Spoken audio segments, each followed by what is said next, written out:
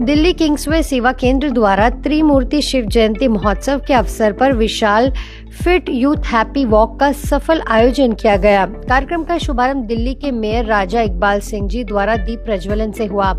उन्होंने युवाओं को राजयोग मेडिटेशन अपनाने और सकारात्मक जीवन शैली जीने के लिए प्रेरित किया। सेवा केंद्र प्रभारी बी के साधना दीदी ने शिवरात्रि का आध्यात्मिक रहस्य बताते हुए कहा कि परमात्मा शिव ज्ञान के प्रकाश से अज्ञानता का अंधकार मिटाकर नई सतयुगी दुनिया की स्थापना का कार्य कर रहे हैं। इंद्रप्रस्थ कॉलेज के प्रिंसिपल प्रोफेसर पूनम कुमारिया ने संस्था के मूल्यनिष्ठ कार्यों की सराहना की। ओआरसी के बी के रोहित भाई और बी के डॉक्टर जितेंद्र खन्ना ने युवाओं को तनाव मुक्त और स्वस्थ जीवन के सूत्र बताए।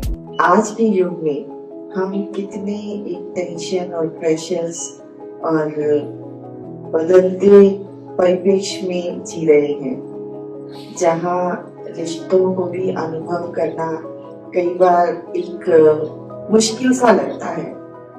चाहते बहुत कुछ है करना, पर कुछ चीजें कर पाते हैं, कुछ नहीं कर पाते।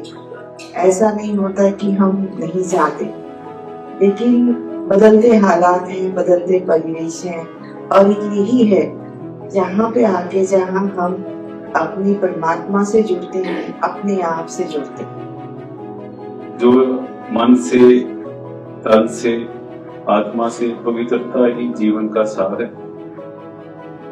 वो पूरे वार्ड के अंदर जब हम यहाँ पर आते हैं तो हमें लगता है हम कुछ भी नहीं, ना जबान खुलती है, ना आँख खुलती है।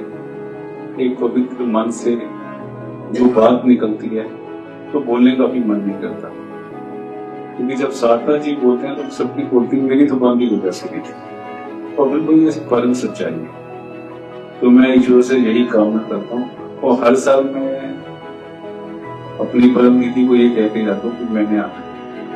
बाबा शब्द यहाँ पर इस्तेमाल करते हैं, ये बाबा उस परमात्मा के लिए हम प्रयोग करते हैं।